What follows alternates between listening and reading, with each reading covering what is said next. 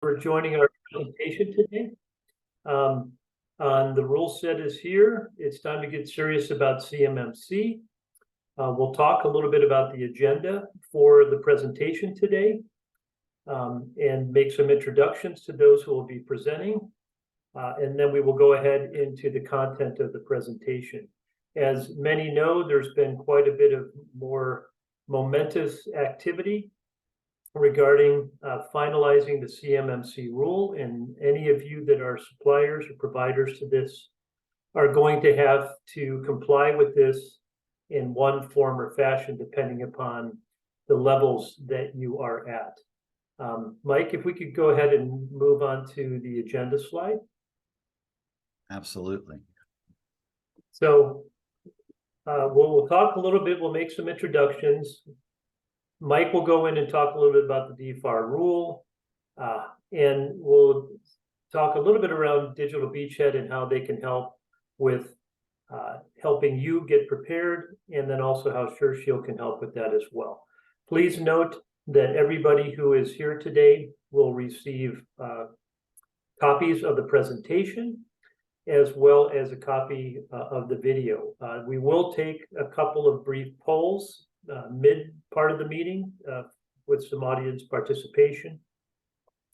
And then we will at the end have a poll for those of you who are interested in getting perhaps more help to get you prepared for this. So we'll do some intros. I'm Tom Leahy. I am the SVP of Sales and Business Development with SureShield.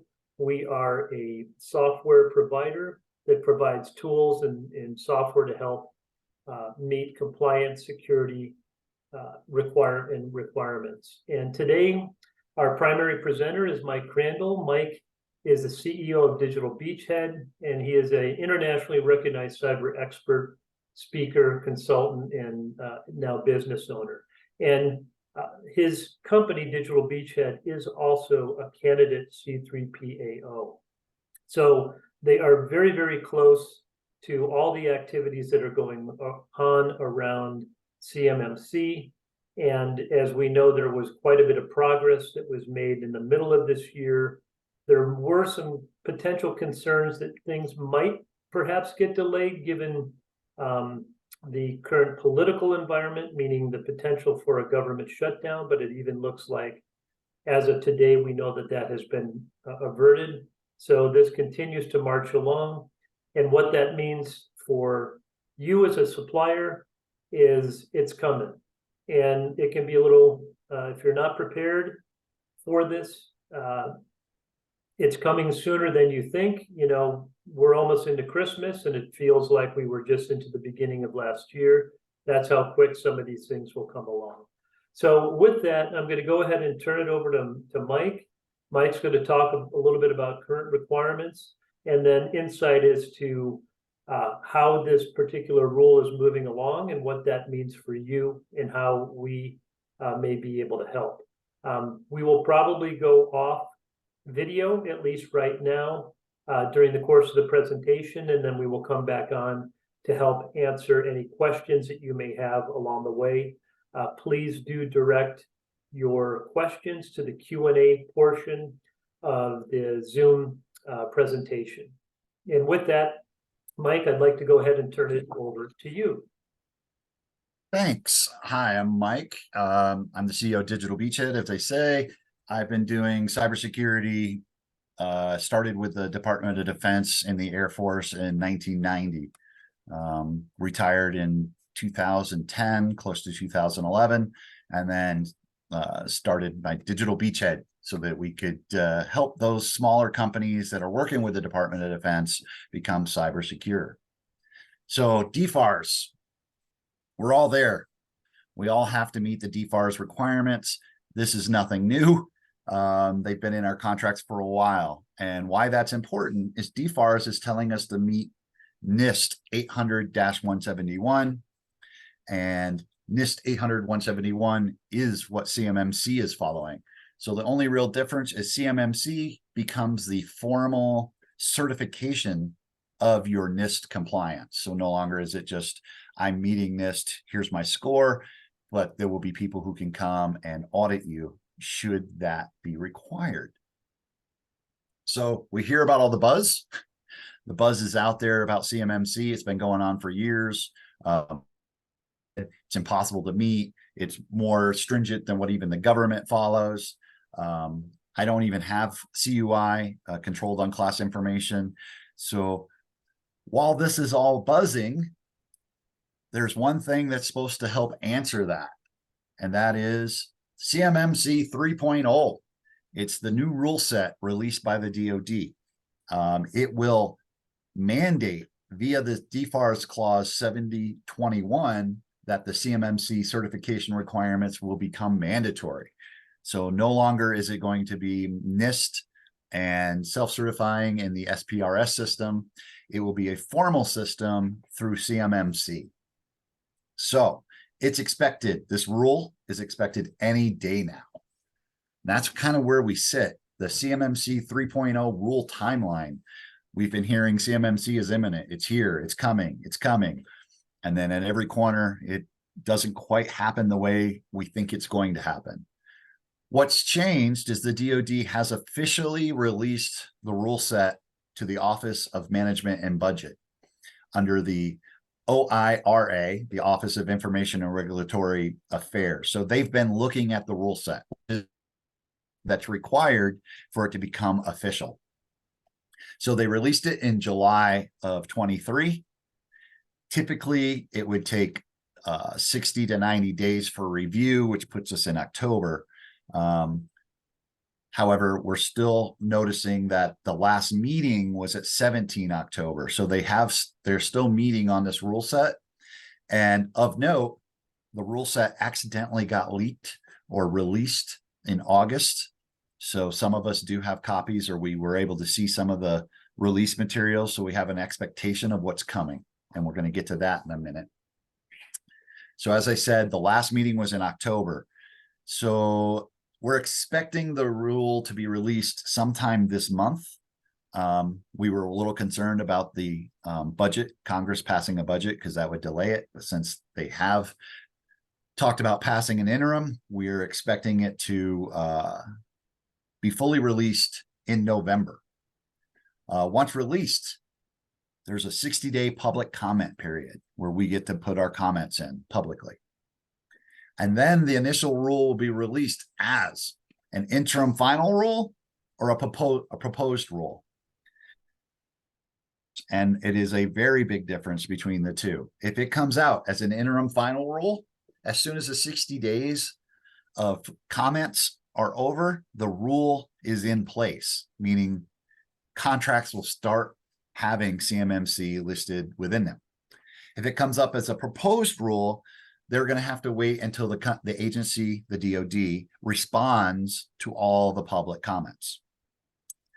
The previous CMMC 2.0 was released as an interim final rule because they thought it was important to get it activated right away.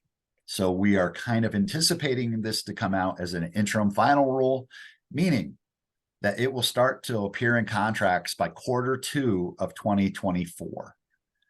So that's past the 60 days, and then it'll come out. And then in Q2, we will notice CMMC as a requirement.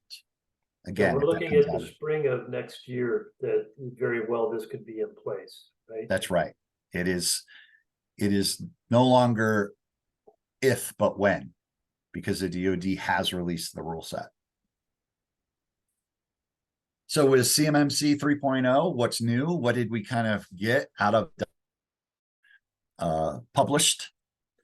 The scope has changed to include security protection data, which could be your log data, your configuration data, and your system security plan. They will have to be protected as if they are CUI. So that means a lot of the actions and control sets we've put in place currently may have to be changed or modified to meet these new security requirements. EMAS, which is a tool that the DoD currently uses to manage their approvals to operate and their network security systems, has a new database specifically for CMMC. So you'll be uploading all of your documentation into CMAS or your 3CPAO who audits you will be uploading your information into CMAS, depending on whether you're self-certifying or having to be certified by a 3CPAO. A big one, the third bullet, at level 1 and 2, an executive, so no longer your IT person, but an executive in the company will have to sign a letter and upload into EMAS that you're certifying that what your score, what you're saying with your compliance with CMMC is still accurate. There have been no. So while you're certified for 3 years, when you get your CMMC certification, you still are going to be required to have a yearly attestation that you meet all of those criteria each year with no major changes. And those could be potentially subject to false claims if what they've submitted is not the fact, right? I mean, absolutely. We are noticing that right now. That's a great point, Tom, that Penn State is currently in the court system for a false claim act based on their SSP POAMs and the accuracy of their documentation and what they attested to. I have some personal awareness of that. The whistleblower was someone who I have worked with in the past.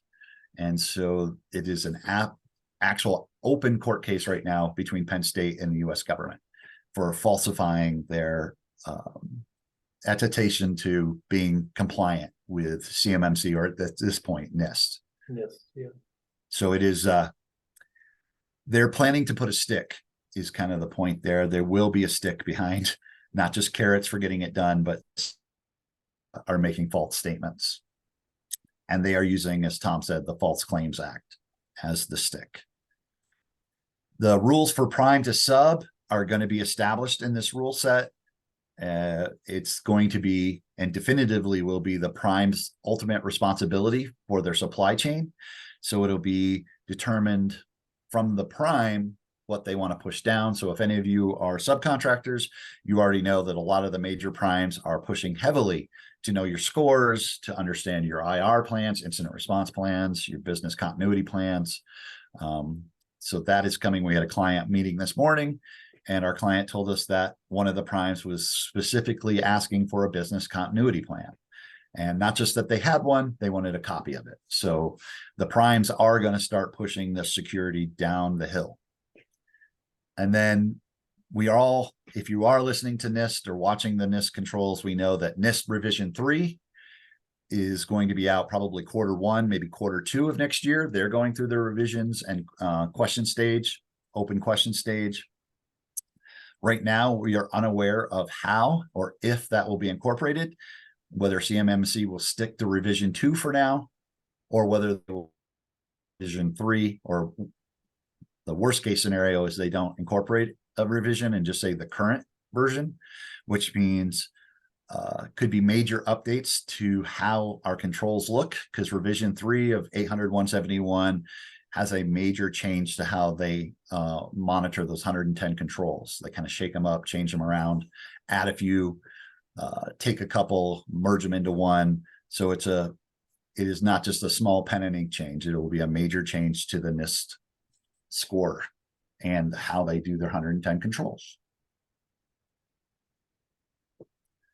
So Tom, did you have a survey you wanted to hit? So we're going to just take, given that, as you said, we're going to take a brief little poll with the folks that are here regarding, one, have you actually gone ahead and have you conducted a NIST 800.171 assessment yourself as a company and submitted that data?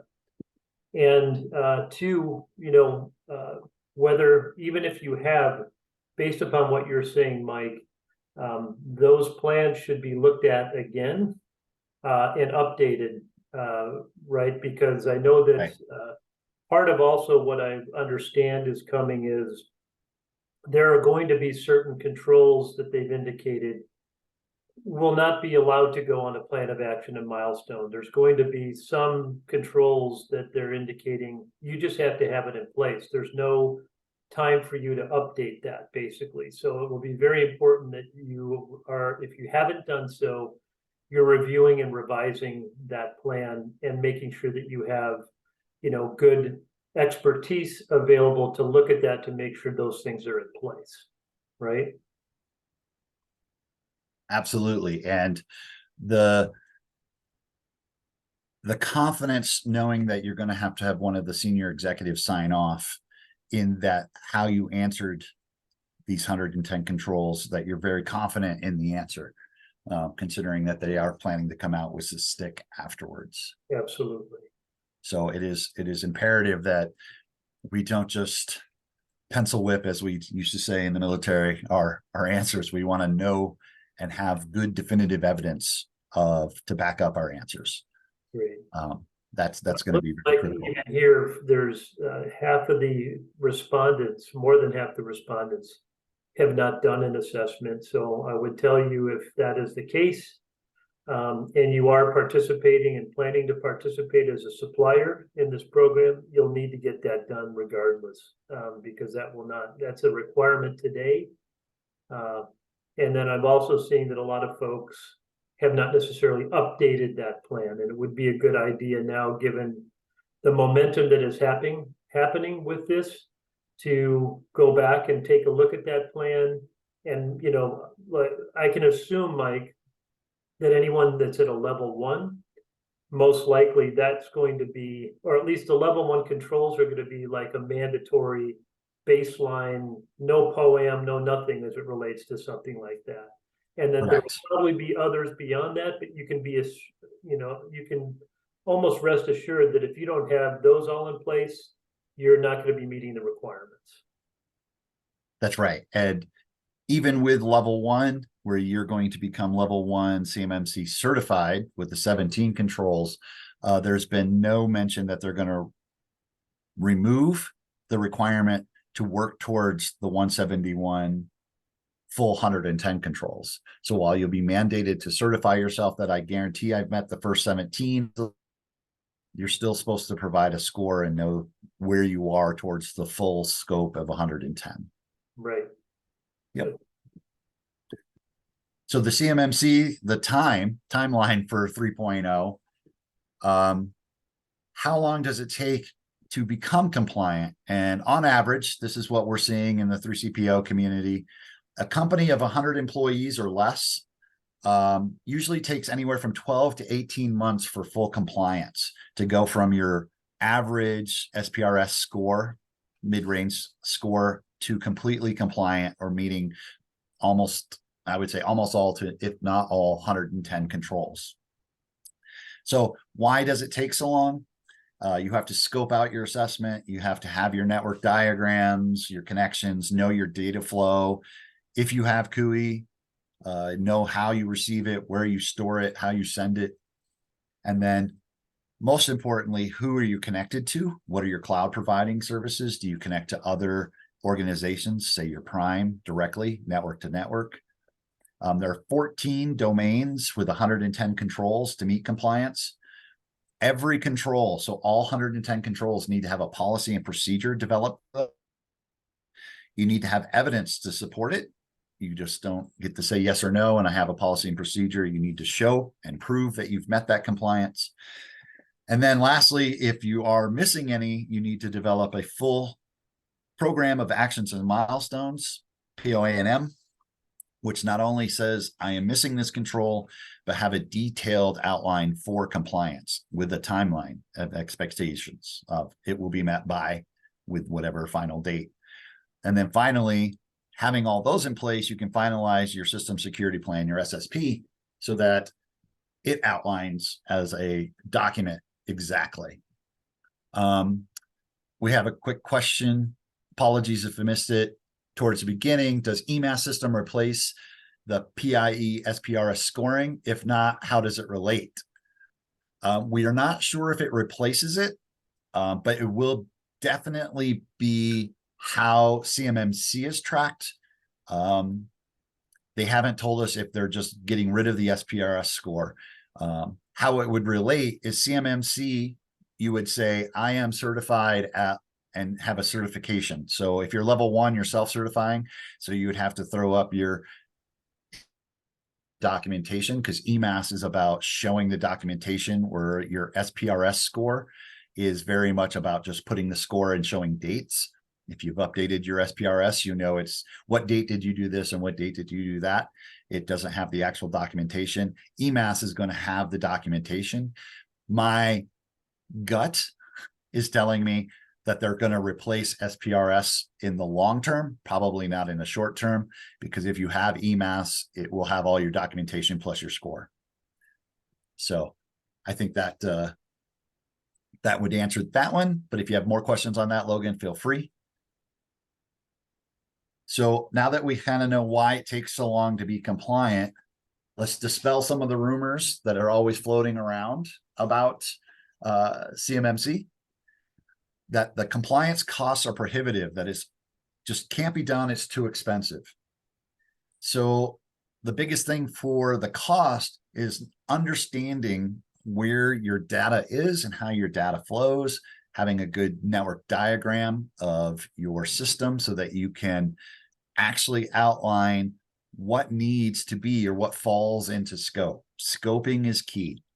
So the thing there is to make sure that your scope is well documented.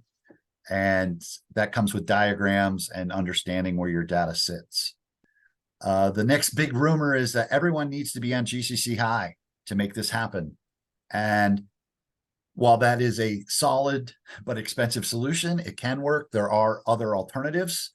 And we must know that just sitting on GCC high doesn't guarantee 100% compliance. There's still some tools and configuration sets that need to take place to make you compliant. Also with the scoping, does everyone need to be on the GCC high, or can we limit it to a subset of users? And then the big rumor about every cloud solution needs to be FedRAMPed. Well, cloud solutions require FedRAMP. Equivalent is how it reads, not that it has to be FedRAMP, although our discussions are saying they're going to look for FedRAMP. So that's something to think about. Another thing to think about is that there are solutions to where the cloud service provider is using a FedRAMP cloud, AWS cloud. They could be working on Azure cloud that is in the FedRAMP approved cloud. So that's where you're going to need to determine whether the company is FedRAMP or the cloud is FedRAMP. So we have a question. Given that they're a small firm, how do we know if this is even necessary? You have no access to government systems, nor do you store government data. The answer to that is simple. If you have a government contract, so if you provide work to the Department of Defense, this will be required. Not storing government data.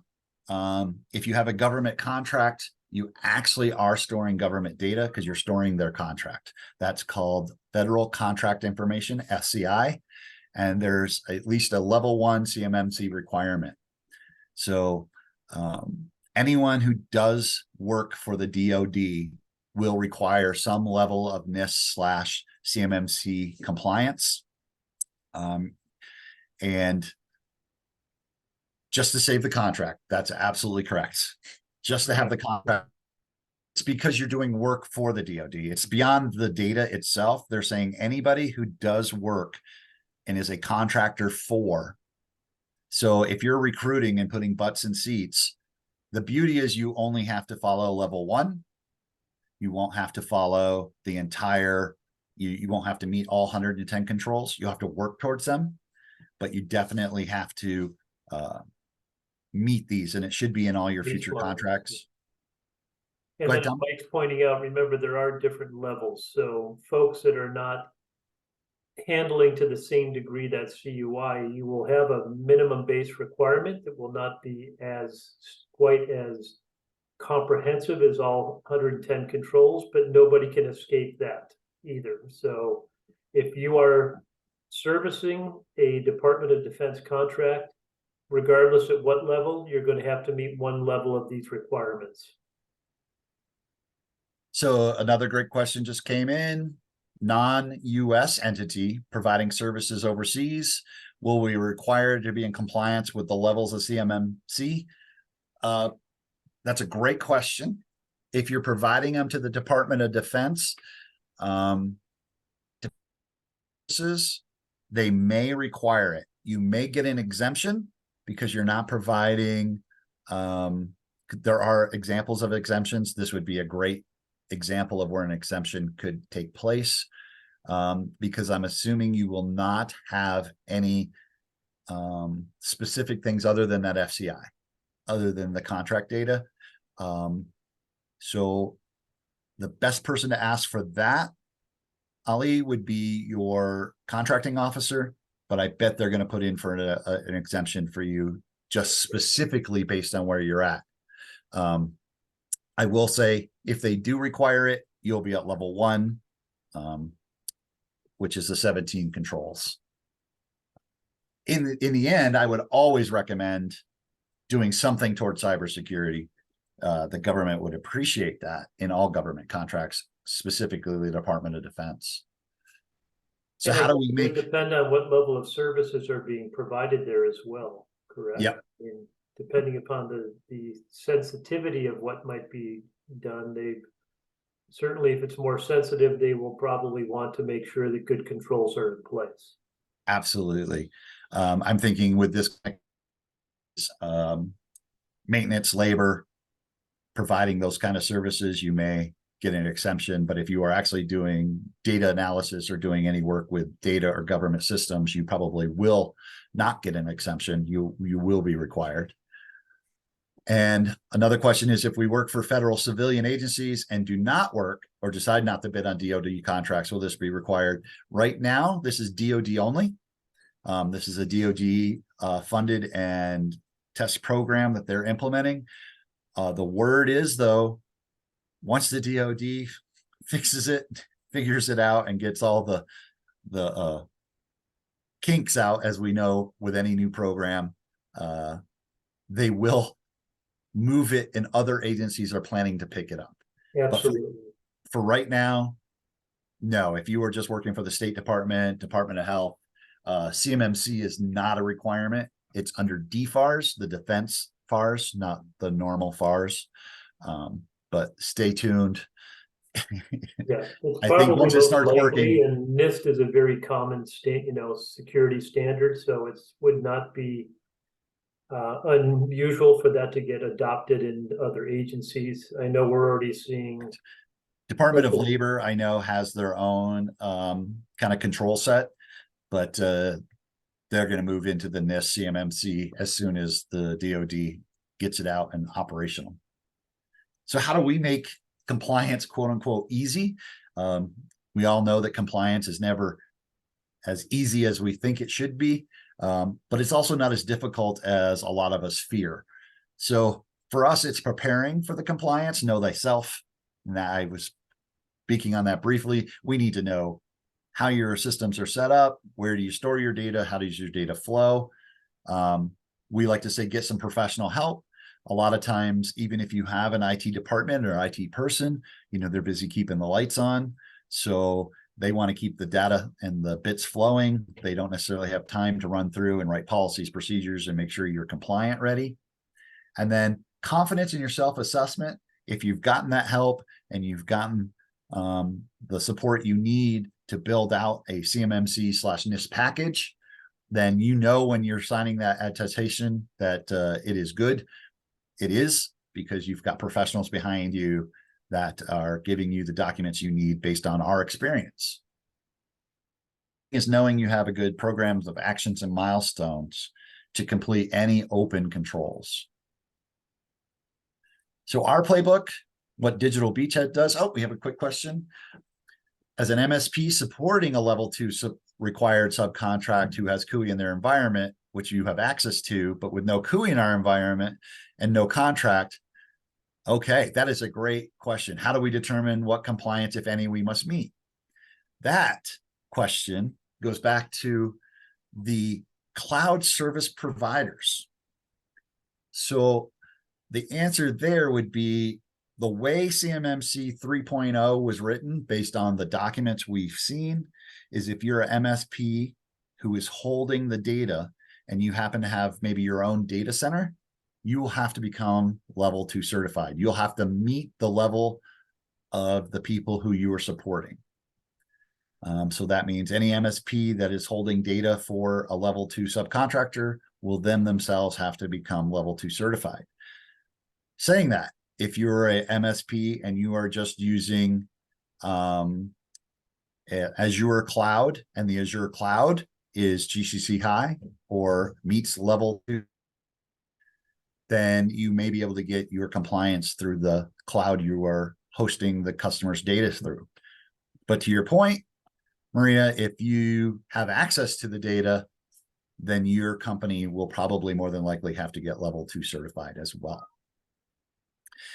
Universities and their collaborators, great question. If the university has contracts or connections to the Department of Defense and holds Department of Defense data, you will have to, more than likely in any future contracts and updates, as with all government contractors, it will state the level of CMMC you need.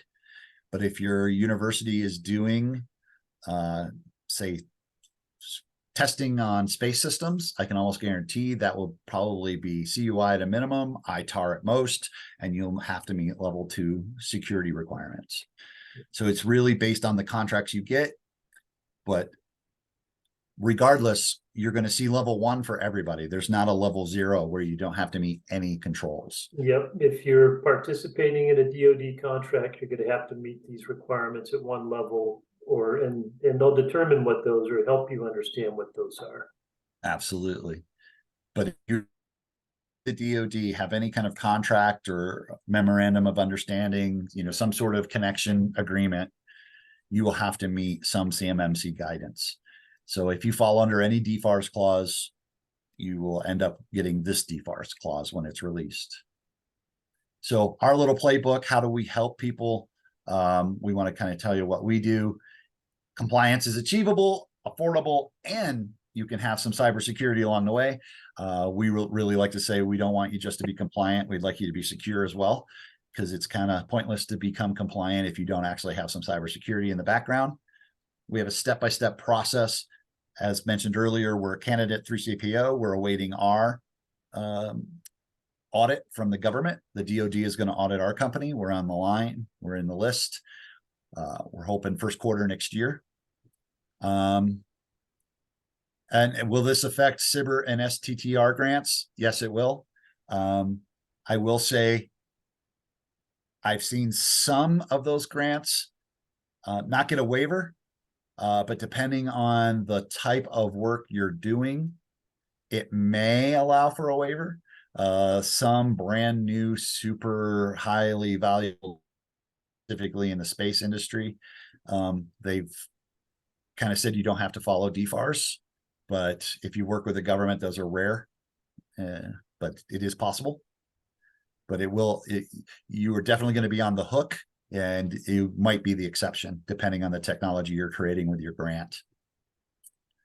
So we provide, as part of this, we're also a small business. We like to work with small businesses because we know the pain of trying to get the same level of security as a large company, because NIST 800-171 doesn't have a small business part and a large business part. It is just 110 controls, regardless of your size. And we've worked with small businesses down to a single individual that we literally say is me, myself, and I, and they have to split the roles between those 3. So it is possible to get there. How we kind of do it, we start off, we review your controls, we begin some awareness training. If you don't have that already, we start our dark web monitoring on your domain and give you some intel reports monthly. We provide you with your SPRS score, and we can help you upload it. If you've never been into that system before, we can give you some advice on how to do that. We do an evidence review each control and work with you to find how you can prove you're doing it. So a 2-factor authentication, as an example, we get you into your system and show that you have 2FA or multi-factor turned on. It's usually a checkbox. So we did a screenshot. That's evidence to prove that you're doing it. Then we do your gap analysis. What controls aren't you meeting? We create your POAM, and that begins your monthly POAM review. Where are we? What are we doing? We create policies, and then we review them to make sure that they are meeting your company specific needs. Along with your policies, that's when we also write the procedures. Then we do your initial system security plan, your initial SSP with all that information in it. We'll work to create an incident response plan for you. We'll test it. That's another big thing, running tabletops. And then we finalize your evidence book, and then we close out the project with you. We like to do it over 12 months. That way we're a part of the team, and it also spreads those costs over the 12-month period. And with our partners here, SureShield, they have the repository where all this data can be stored.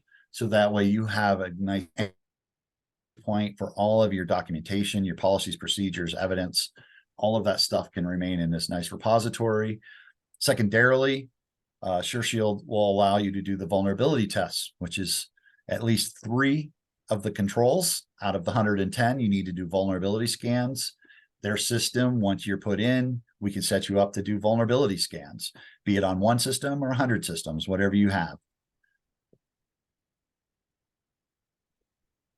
I'll leave that one for you, Tom. They're asking about the slides. I think we can make them available.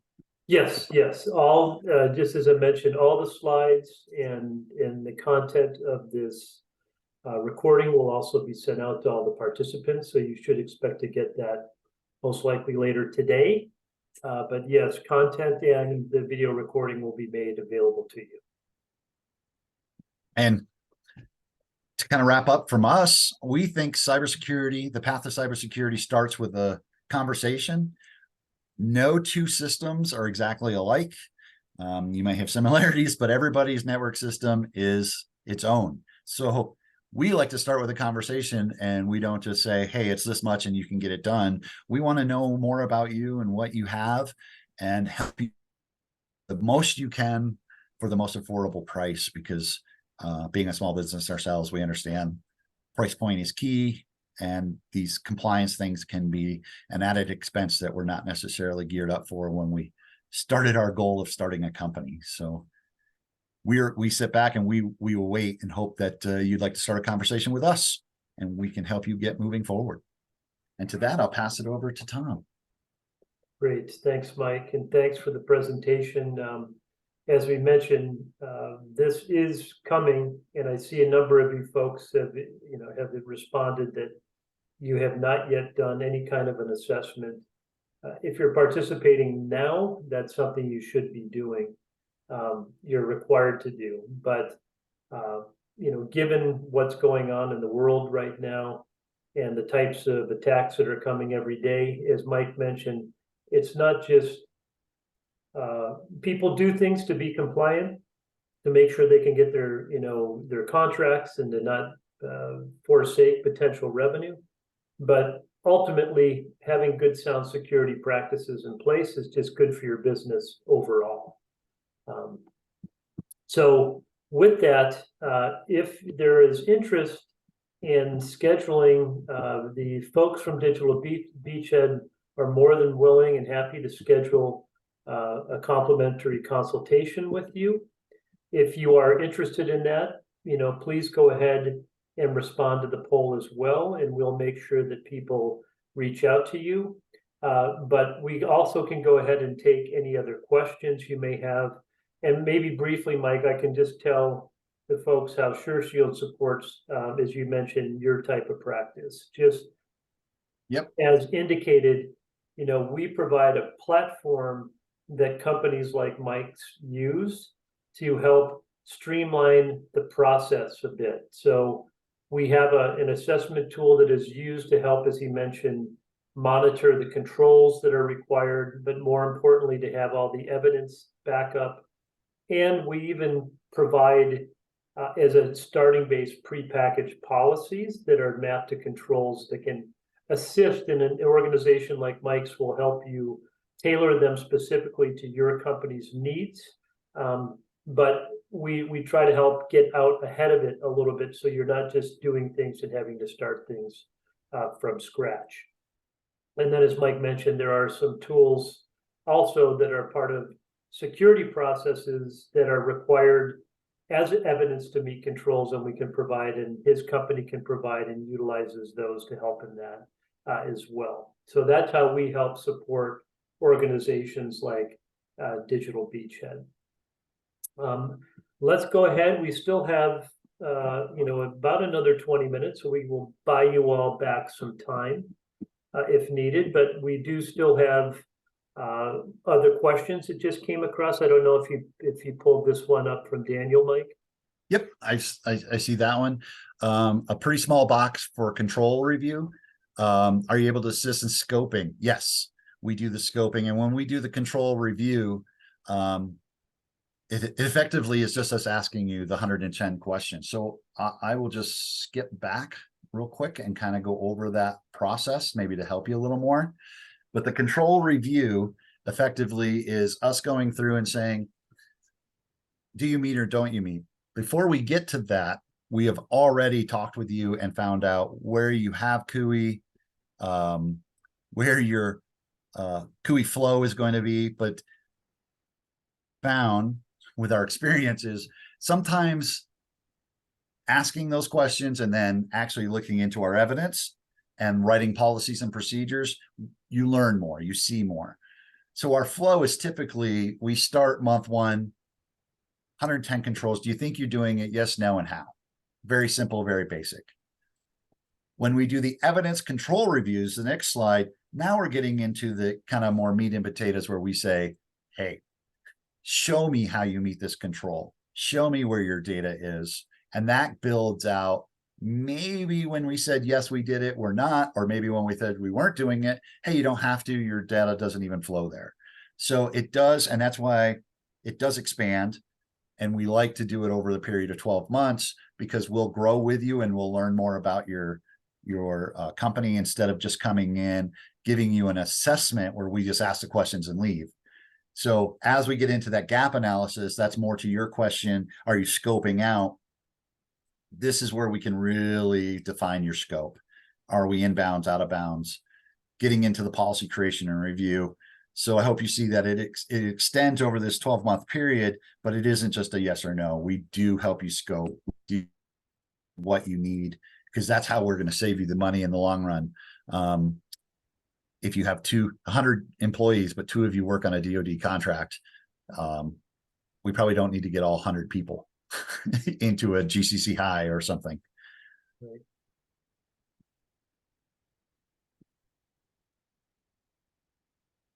And I think this video, we're recording the video as well, James, and we can make the video available. I know I can make it available. Yes, yes. As part of this, you'll also have the recording. And so the Answered Live, I would encourage you to just listen to the questions, and those are, you'll have those as available answers for you as well. I think the bottom line for me is it's coming. So and it is the rule sets with OMB. So before, when the DoD kept saying it's coming, we're going to drop the rule set, we're going to drop the rule set, we kept getting prepared.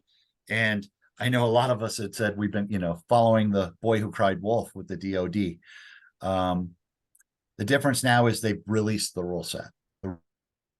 So that means this is what the DoD has got, right? This is their rule set. They have released it. So now it's just scrubbing it, going through public comments, but it is coming. So now it is no longer, well, will CMMC make it? They've dropped the rule set. It is coming. It's just a matter of when, depending on how they release it and a couple of other factors, but it is no longer I wonder if this will die on the vine or whether. Right, or getting adjusted again too, right? Because you have the level 1 and the level 2s, or the 2.0, and clearly now that they've done this, there's no kind of going back, right? Right. And Darren's comment, can I provide an annual cost estimate? It really depends on your systems, Darren. So I don't like to do just a generic, because we really like to build custom solutions for you. And Darren, I'd encourage you, I'm assuming you may have answered yes, but if you have answered yes to a consultation, please do so, and folks from Mike and members of his team will follow up with you. Okay, good. So it Perfect. looks like you did, as I mentioned, any of you that have answered yes to that consultation, you should expect to hear from Mike and his team to set up time to speak with you. I see and that's several that are saying maybe later. I would encourage you to just, if you haven't done the process, start looking at what your options are as to the best way you can begin that, because as he mentioned again, it's a requirement today, but this rule is coming. If you want to continue to participate in any type of DoD related contract, you're going to have something in place. And it's got to be valid, as we mentioned. Part of the reason that CMMC came about is because there were folks that were at least believing that they were attesting to something and they really hadn't. And we were running into lots of, as we know, hacks and data stealing from foreign entities. Look at Mike can probably attest better because he's an Air Force guy. You know, look at some of the latest Chinese fighter jets. They look almost exactly like ours, right? Probably almost exactly. Yes. Yeah, they are exactly like ours, right? Yeah. Because that data got stolen, and that's a very dangerous thing for us. So it's very serious, and but as Mike's also pointing out, there's ways that you can meet these compliance requirements without making it as difficult as you might think it may be. And, folks like his company can really help you with that as well. And another question, what kind of ongoing support can you have to tell your executives that have to be made to make that attestation after the end of the project? That's really up to each company, but effectively you have those 110 controls. You have what you've implemented in this POAM. The POAM will tell you what you need to do, what you need to invest in to meet the remaining open controls. Apart from that, we recommend, of course, we provide these services, but we recommend having some sort of what we provide as a virtual CISO, Chief Information Security Officer, that executives can kind of lean on and say, okay, my team says I'm here. What do you think? So apart from the 12-month, contract to get you ready, we can just go into a lower cost kind of advise and assist and helping both the IT department, and we do that, what I call translation between the two. And I would, of course, we don't have all the information out yet, but I would imagine, Mike, even those that have to go through the certification process may intermittently need to provide some type of attestation that they're still meeting the proper requirements in between that time frame too.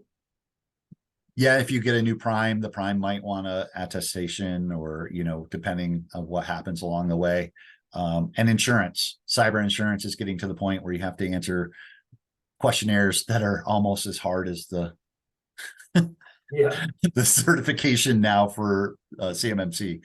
So if you've ever had those, you're like, oh Lord, there's 400 questions for insurance and only 110 to work with the DoD.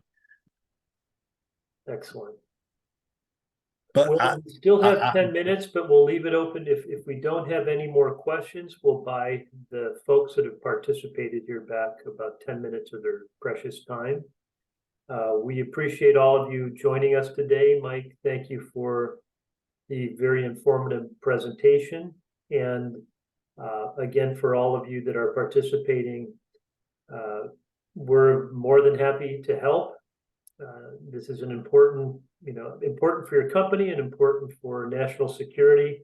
And it's going to be something that, you just can't avoid if you want to continue to participate in these types of contracts. So we hope to help make that an easier and less expensive process for you as well. Those of you that indicated maybe later, you will continue to have follow-up and content information from the folks at Digital Beachhead as well as from us. So please feel free to reach out should you have any other questions in the future. And it looks like we got 2 or 3 more quick questions here, Mike. One, what do you recommend an SSP say for controls that don't apply to level 1?